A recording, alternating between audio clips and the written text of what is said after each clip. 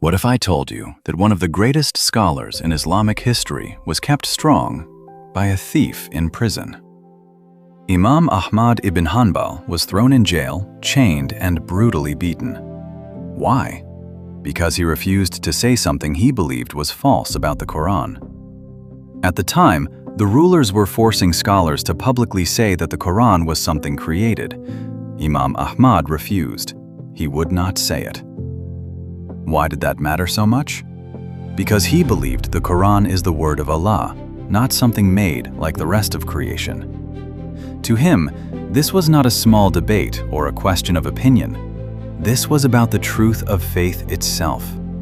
If he gave in and said what the rulers wanted, he would be speaking a lie about Allah. So he chose pain over lying. He chose prison over compromise. He chose truth, even when it meant torture. And in that prison, while he was suffering through this terrible trial, there was another man locked up with him, a criminal, and in some reports, a thief who had been in jail many times before. That man saw what Imam Ahmad was going through.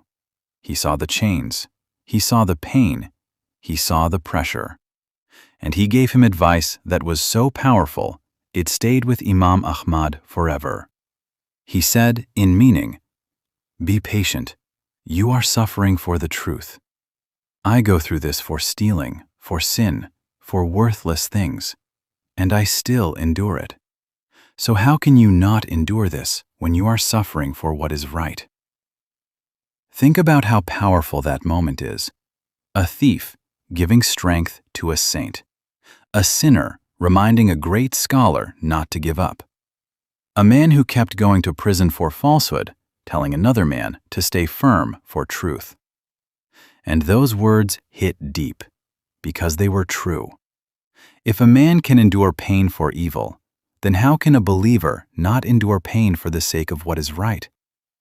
That moment became one of the most moving lessons from Imam Ahmad's life. Wisdom does not always come from the people you expect. Sometimes the person with the darkest past says the one thing you need to hear. Imam Ahmad stayed strong. He did not break. He did not change his words to please the ruler.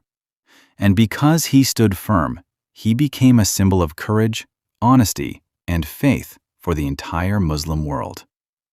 His body was in chains, but his heart was free.